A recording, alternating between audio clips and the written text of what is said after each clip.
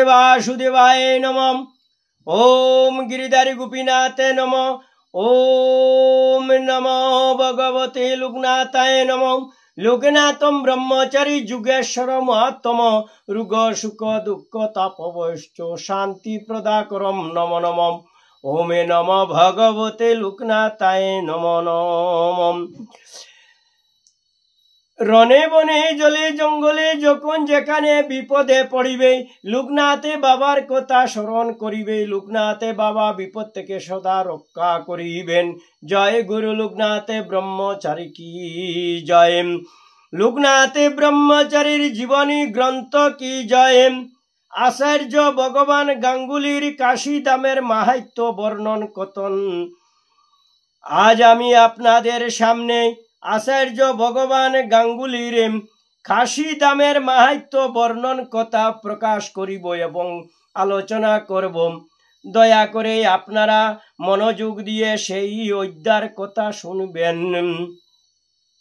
আচার্যদেবের কথা শুনে লোকনাথ জিজ্ঞাসা করলেন, গুরুদেব আপনি কাশীতে কেন দেহত্যাগ করবেন?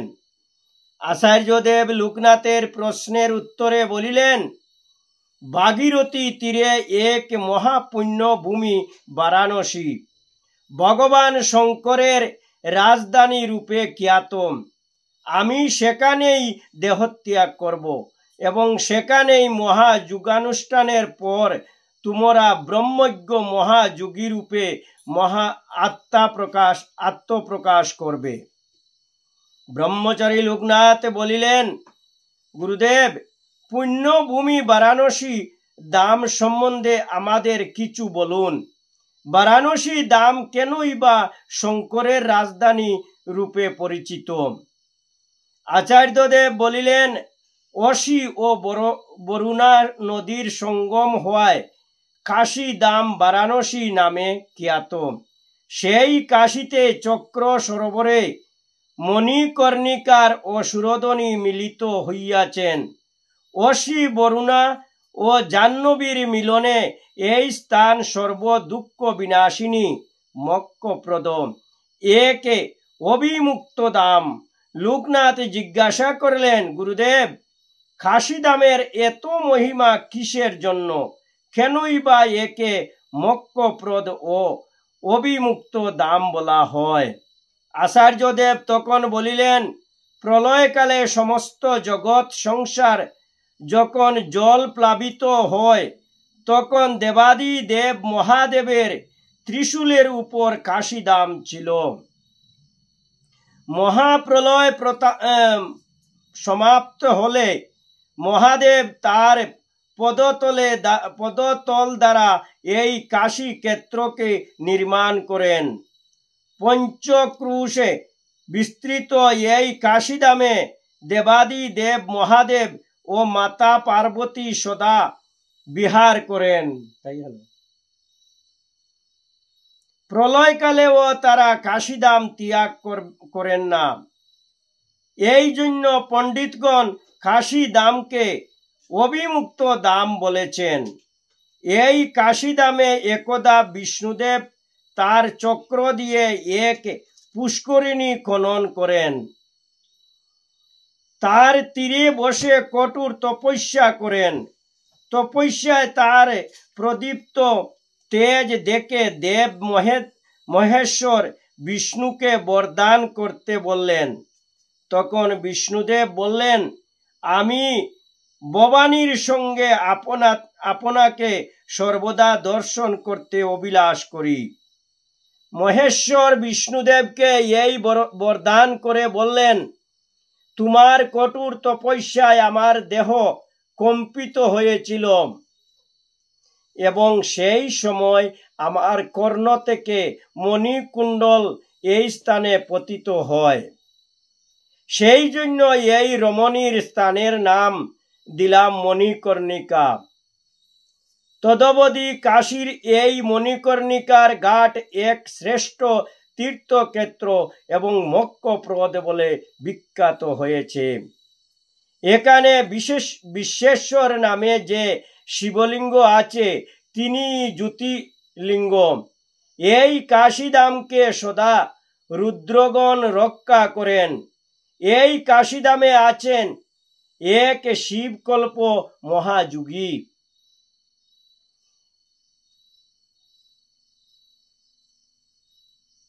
এক শিবকল্প মহাযোগী, তার নাম হিতলাল মিশ্র। আমি সেই মহাযোগীর হাতে তোমাদের সমর্পণ করে মণিকর্ণিকার ঘাটে যুগাসনে দেহত্যাগ করব। লোকনাথ তখন গুরুদেবকে বলিলেন, গুরুদেব, এই মহাযোগী হিতলাল মিশ্র কে? আপনি কেনই বা আমাদের তার হাতে সমর্পণ করবেন? আচার্য তখন বলিলেন, এই মহাযোগী হিতলাল মিশ্র প্রায় ৮০ বছর যাবৎ কাশিদামে বাস করেছেন। লোকে তাকে সজল শিব বিশ্বনাথ বলে জানে। তিনি জগতে মানব বিগ্রহ তিলক্য স্বামী নামে বিখ্যাত। প্রতিদিন কাশীর গঙ্গায় অজস্র ভক্ত ও তীর্থযাত্রীগণ স্নান করে ঘাটের উপর এসে শিব জ্ঞানে মহাযোগীর চরণ বন্দনা করেন। সুদীর্ঘকাল কঠোর তপস্যা করে অসামান্য যুগ বিভূতির অধিকারী হয়েছেন এই পরম পূজ্য হিতলাল মিশ্র। ভক্তিকামী মানুষের কল্যাণে তিনি সর্বদা তার অমূল্য যুগ সম্পদ বিলিয়ে দিচ্ছেন। তার পরশে কত মুমূর্ষু মানুষ জীবন পেয়েছেন, কত মৃত মানুষ প্রাণ ফিরে পেয়েছেন। এই মহাযোগীর কাছে যুগের যে গুহ তত্ত্ব আছে তা অন্য কারো কাছে নেই। তোমাদের এখন ব্রহ্মজ্ঞ হতে হবে। ব্রহ্মজ্ঞ হওয়ার জন্য যুগের যে গুহ তত্ত্ব শিখিতে হবে, তার জন্য হিতলাল মিশ্র ভিন্ন আর কেহ নাই। আমার ইচ্ছা তোমরা দুজনে এই চলমান শিবের সান্নিধ্যে থেকে যুগ মার্গের সব নিগুড় তত্ত্বগুলি শিখে এমন এক উচ্চ স্তরে পৌঁছে যাও যেখানে যোগী সর্বদা ভগবানের নিত্য সঙ্গ লাভ করেন এবং এক পরমানন্দ অবস্থান করেন।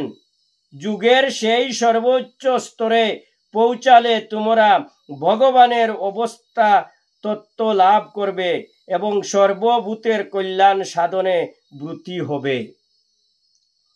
তোমরা জগতে ব্রহ্মজ্ঞ বলে পরিচিত হবে। তোমাদের শরীর পূর্ণ ব্রহ্মে রূপান্তরিত হবে। ইতি আচার্য ভগবান গাঙ্গুলির কাশিদামের মাহাত্ম্য বর্ণন কথা সমাপ্ত। কি জয়। ওম নমঃ ভগবতে বাসুদেবায় নমঃ। ওম নমঃ ভগবতে লোকনাথায় নমঃ। লোকনাথম ব্রহ্মচারী যুগেশ্বর মহাত্ম রোগ সুখ দুঃখ তাপবয়শ্চ শান্তি প্রদাকরম নম নমঃ। ওম শান্তি, ওম শান্তি, ওম শান্তি। রনে বনে জলে জঙ্গলে যখন যেখানে বিপদে পড়িবে, লোকনাথে বাবার কথা স্মরণ করিবে। লোকনাথে বাবা বিপদ থেকে রক্ষা করিবেন। হে দয়াময় লোকনাথে ব্রহ্মচারী, আজ আমি অদমে আচার্য ভগবান গাঙ্গুলির কাশিদামের মাহাত্ম্য সম্বন্ধে যে এখানে পাঠ করেছি, যদি আমার কোনো ভুল ত্রুটি থাকে অদমে জানিয়া ক্ষমা করো নিজ গুণে। হে ভক্তগণ, এই কাশীর মাহাত্ম্য বর্ণন কথা শুনে যদি আপনাদের ভালো লাগে, তাহলে এই চ্যানেলে একবার জয় বাবা লোকনাথে বলে লিখে একবারে সাবস্ক্রাইব করে দিবেন এবং এই চ্যানেলে একবারে লাইক করে দিবেন, যাতে বিশ্বের সবে সনাতন ধর্মী মানুষের কাছে বাবা লোকনাথের কাশিদামের মাহাত্ম্য বর্ণন কথা পৌঁছতে পারে। ওম নমঃ ভগবতে লোকনাথায় নমঃ। ওম নমঃ ভগবতে লোকনাথায় নমঃ নমঃ।